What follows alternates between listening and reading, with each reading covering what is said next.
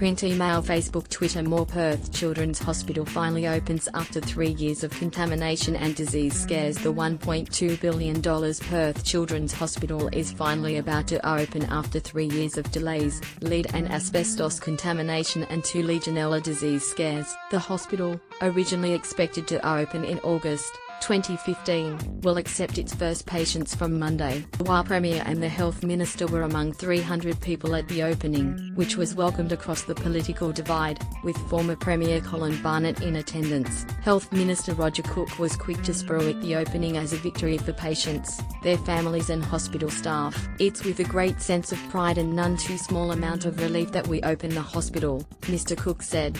"I want to acknowledge the hard work of everyone who has brought us to this point." He said there would be a staggered opening with the first outpatients accepted on Monday, surgery to open 2 weeks later and the emergency department to open on June 10 to coincide with the closure of the 108-year-old Princess Margaret Hospital building. Water problems. Legionella bacteria was first detected in the new building in October last year and it was found in 45 of 100 sampled locations earlier this month, but the minister reassured people today that the hospital had been thoroughly tested. All the issues in relation to the water have been resolved, and the recent outbreak of some bacteria and Legionella has been the subject of rigorous testing over the last fortnight, Mr. Cook said. He said the bacteria was now contained and was a much simpler fix than the lead issues, which also plagued the hospital.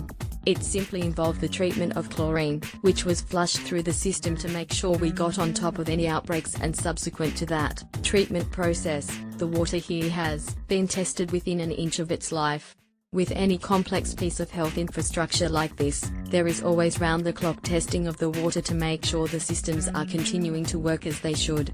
While Premier Mark McGowan said the hospital was a premier site for children and their families while receiving treatment. "This is a terrific new building, 298 beds, the best of services, the best of technology. The staff will provide world-class care here for West Australian children," Mr. McGowan said. "I look forward to this hospital serving our community for decades, if not centuries to come."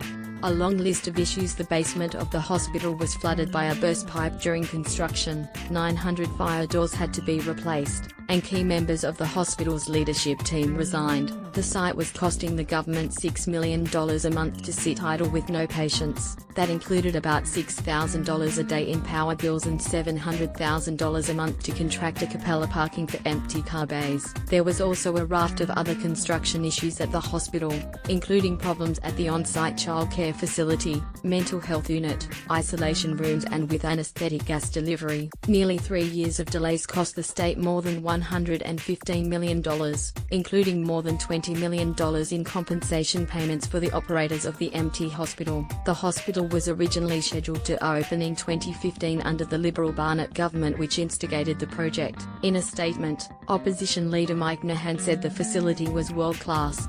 "It is a magnificent facility and I congratulate everyone who was part of the building of the hospital," he said. "I am pleased it is open and will be taking patients. All West Australians can be proud of this hospital." Is their hospital.